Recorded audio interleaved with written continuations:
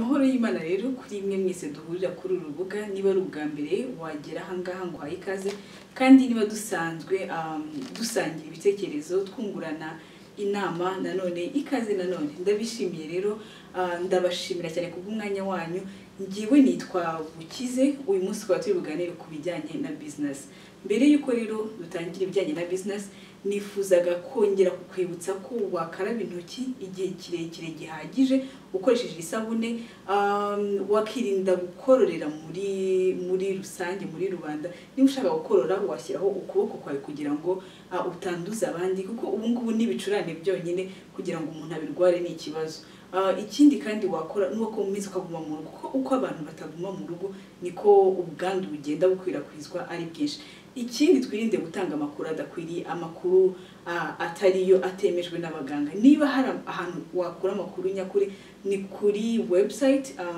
ya OMS akaba ari umuryango mpuzamahanga wita ku bijyanye n'ubuzima reka nongere none rero nguhe ikaze tukaba tugiye kuganira ku bintu bijyanye na business tumaze iminsi abantu benshi turi mu rugo uretse no kuba turi mu rugo kandi nifuje nyine kubasangiza experience yanjye ntabwo ndi buvuga ibitekerezo byanjye byonyine kubera ko nafatanyije na Natasha akaba nawe yarakoze ibijyanye n'imyambaro kwambika ndetse no kurimbisha abageni iminsi mikuru ngiwe rero business nakoze cyangwa no business nkora akaba ari yo kujya kudoda imyambaro cyane cyane bimwe twita ngo ni imyambaro ya Kinyafrika niba ariko navuga ntabwo muri Kinyafrika kuko ni ibintu bikorewe mu Rwanda en fait reka yitegure rero company yanjye ikaba yitwa Zuber dukorera tudodera muri i Kigali akaba ari mu nzu ya Kigali désolé akaba ari mu nzu ya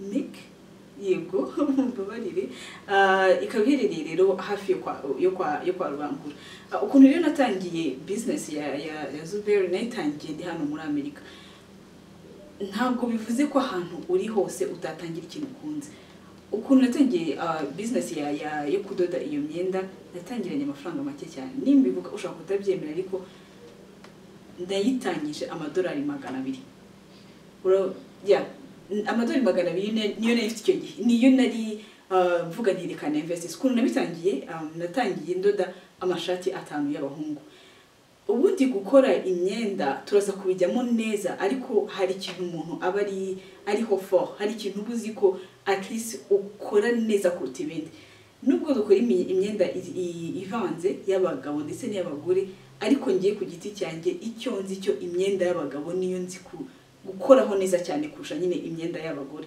ntabwo bituma still imyenda y'abagore tutayikora ko sinkora business njyenyine ariko imyenda y'abagabo nicyo kintu nzi ko nakora neza kuruta iyindi nashatse abantu b'inshuti zanjye abahungu tuziranye 5 ndababwira nti mfite ishati nziza ndayiguha nutayikunda uzayingarure izo shati abantu barazikunze umpereye kuri ayo mafaranga rero nibwo nahereyeho ntangira gukora ibyo bucuruzi mu gihe kirekire ntabwo natangiye mfite umudozi nari mfite umukobwa tsimwe tuziranye yitwa Clarisse yaramfashe cyane mu gutangira noneho nkajya muha commande we akazinyohereza noneho ngewe nkazicuruza mu bantu ntabwo ndi bwibande kuri ukuntu natangiye ama transaction n'ibiki byose ndashaka kubirimita ariko mbere yuko mbitangira niba uri no kureba iki kiganiro ukaba udakunda ukaba interest yawe atari mu myenda ntabwo bituma udakuramo inspiration zatuma ukora ikindi kintu ukunda ikintu cya mbere ndibivugeho mbere yuko utangira business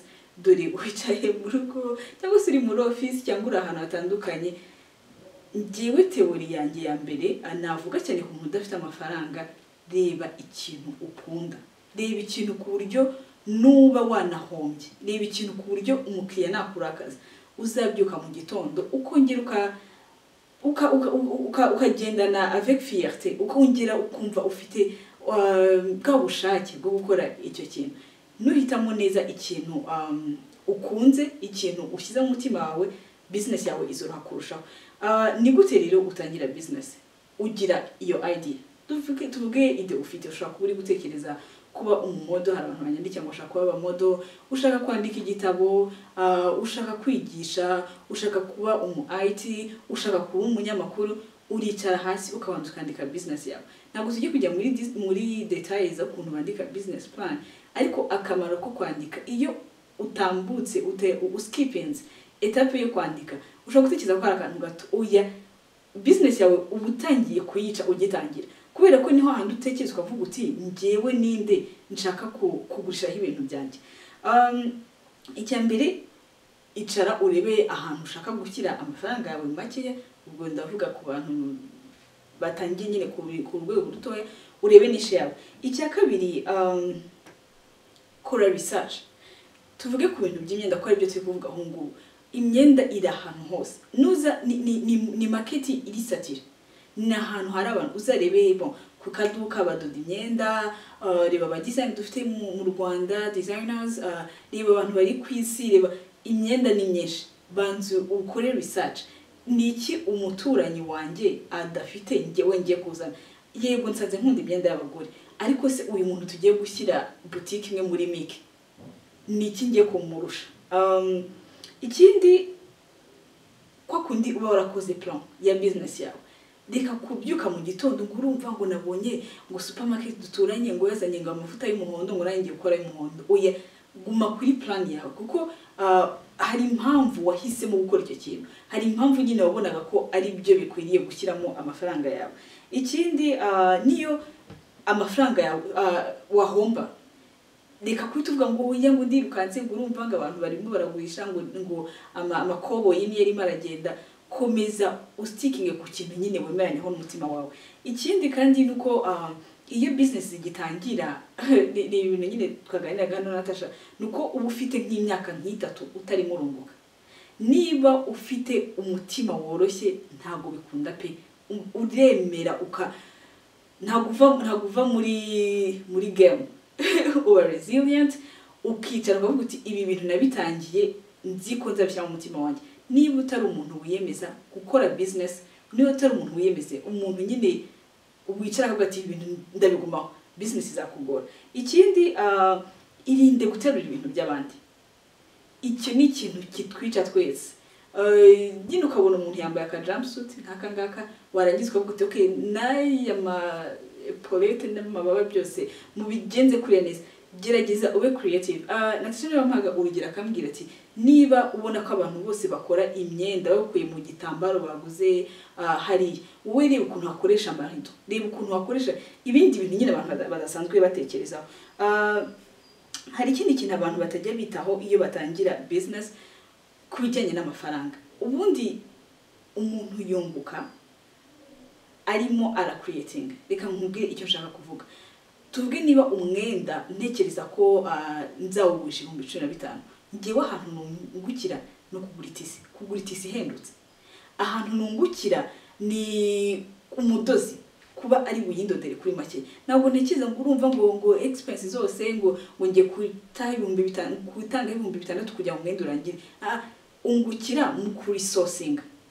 Niho umuntu yungukira ku twavuga ngo uyu mwenda ngo uzabura 20 ngo naza, niho hambere umuntu yungukira. Aho hantu hatekereza nujya gushaka ibikoresho, shaka ibikoresho bya quality nziza ku mafaranga make cyane. Ikindi kandi ni ukumenya gukoresha amafaranga wabonye muri business. Iyo ungutse amafaranga ntabwo ujya kuyagura inkweto, amafaranga arongera agasubira muri business. Ntabwo ubanza ngo wihembe ngo urumva ngo rero ngo giye kwita ngo mbanze rye ka pizza, no, inyungu urongera ukayisubizamo. Ikindi navuga nuko ikindi banyunganiyeho nuko gira ubushakashatsi, experiment, sibyo? Numva ngo comfort yanjye ngo nuko ngo ari kanzu ndende ngo nzahora nkora amakanzu ndende. Oya, hindura ukore kanzu ngufi uyishyireho pasura. Ikindi kandi gerageza kwigira ku bandi bafeirinze. Hari abantu baba baratangiye maison de couture cyangwa se kugurisha imyambaro. Nimvuga imyambaro ntabwo mvuze ngo byuka ujye muri ukore Zuber nawe ukore ibitenge nyine. Uya niba ari imyambaro utumiza muri Chine na za Indonesia na hehe hose. Tekereza gukora, reba undi muntu byapfiriye hehe, ni hehe ngewe nashyira akabaraga. Ariko byo nongere nshakarongo ku bintu byose maze kuvuga. Ibi bintu bibanza iyo utabyitayeho uraferinga pe. kuko iyo ugitangira uri excited uba uri overwhelmed uba wumva ibintu bigiye gukunda ariko kwicara nyine ugafata ibintu byose ukagenda ubyabsorb uko bukeye nuko bwije nibyo byiza kurusha rero tuvuge niba ari gutangira imyenda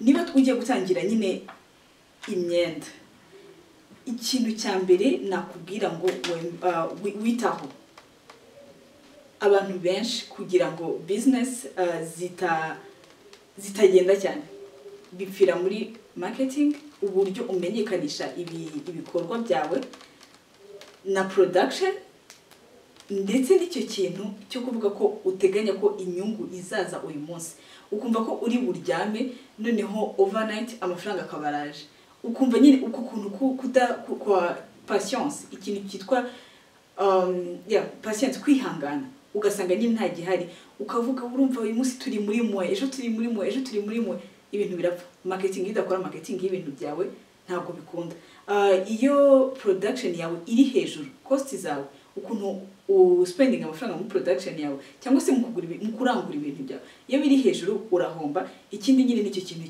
cya resilience ikindi kintu kijya kitwica kandi ubwo twavuye ku umuntu atangira ikindi kintu kijya kitwica nuko ushaka kujya ahantu hahendutse ugasanga production yawe iri cheap ahantu urimo urabigurishiriza haraka ahubwo byaba the opposite wakicara ukadodera umwenda mu nzi wanyu ukagira IG page Instagram page nziza pe ukayishyiramo amafaranga bari kujya gukodeshamo inzu nziza ukayishyira ahantu noneho niba ari mu rugo uhisemo gukorera atelier yawe ukahagira isuku abantu bakajya bazi ariko bavuye kuri Instagram nziza kurya umuntu nyine ataba ikindi challenge iba mu bintu bijyanye n'imyambaro nuko dukunda ibintu bitandukanye nushaka gufata umushuti wawe nushaka gufata umuntu muvukana hari umuntu ugura umwenda akavuga ati uriya mwenda ntabwo nshobora kuwambara ariko ukabona ari mwiza rero nk'umuntu ukora ibintu by'imyenda wiga kubalansa test z'aba client ndetse nawe none ukanaca bugufi nturakare gukora ko umuntu nyine yanze ishati wakoze mwumve icyo ushaka nyine n'amafaranga niba umukiriya ashaka ishati imeze gutya gerageza nyine nawe ujyane n'ibigezweho ujyane nyine na market ukuntu gukwiriye ikindi kintu no kumva ko akora ibintu byose niba ibyo umuntu azicara noze ikintu cyawe ku buryo umuntu azabona umwenda akahita ati wow iyi ni tushe ya runaka ikindi flexibility nayivuze ko personality nyine personnellement uba flexible ariko nawe ukaba flexible kuri market ikindi kica business y'imyenda no kutaba umunyakuri abadozi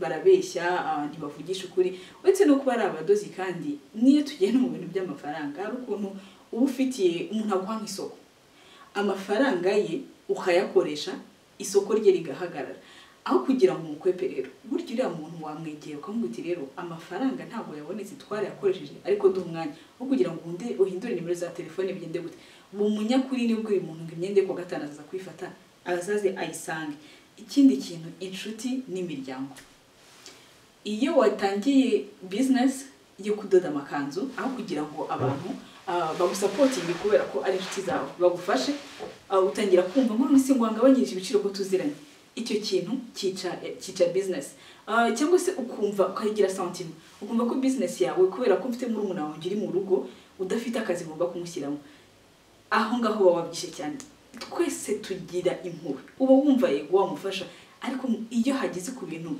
ibihe biri tough ibihe byo kubwizanya ukuri ntabwo ushobora kubwira nabi umushuti wawe menya ngo umuntu uri buhe akazi akuzana icyo nirindi kosa mananye sinzi ukuntu narishyiraho narivuga niba ari umudozi wiyemeje guha 3,000 ntabwo ari amafaranga make menya ngo ayo mafaranga arayakwiye iyo uzanyemo ibintu bya sentiment ibintu birapfa niba ari uwo mufamiliye wawe niba adafite at least tuvuge niba ari courageuse sibyo akaba iki kintu wari ukeneye nyine muzanire ariko niba atagifite akaba ari cyo ikintu umuzaniye gusa ko ari umuryango business yawe izapfa ikindi kintu no kuba organize iyo utari organize muri business yawe rwose ibintu birapfa. Rero uburyo twakirinda bya bintu bitatu navuze ko bishobora kwica business, harimo marketing, harimo ikibazo cya production ndetse no kutagira kwihangana.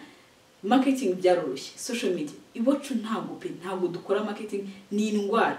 Ariko muri iki gihe niba hari umuntu ugiye gusurvivinga ni umuntu ukora marketing ibintu bya online. Niba bishoboye kandi bisigaye byaroroshye, abantu bagura ibicuruzwa kuri Instagram, abantu bagura ibicuruzwa kuri telefone.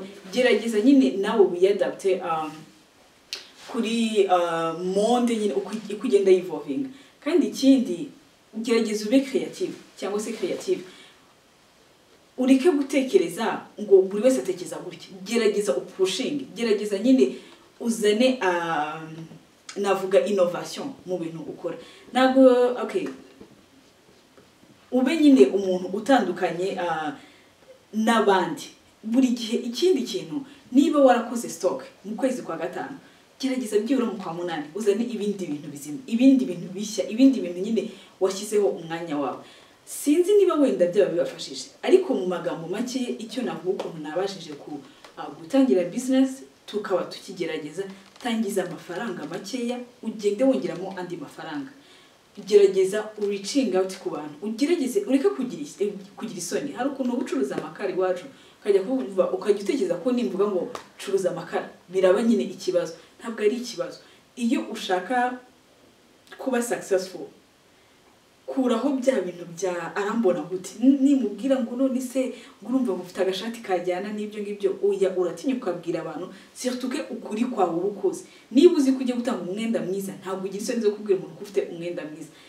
Tangiza amafaranga makeya, ushyiremo nyine investment ushoboye, ureke kwipasa muremure. Icyo ni ikintu kica business. Reka gutekereza ngo urumva ko kubera ko ngo muri UTC yahoze yitwa UTC, ntabwo niba ukuntu isigaye yitwa, kubera ko harimo ngo iduka rimeze gutya ngo nanjye ngomba kujyayo. Oya, igihe ukiri mutoya kandi pe ntukange kwiga. Iyo uri mutoya bigufasha kwiga, ntabwo usimbuka etape. Iyo usimbutse etape ibintu birapfa. Amafaranga makeya, ushaka umudozi wa makeya, ntabwo ari itegeko ko aba ari hariya, utangire ku matishu ya makeya. Ikindi kandi nasoreza, ikintu tutagira abantu benshi no gusaba ubufasha. Saba ubufasha pe, abantu barahari.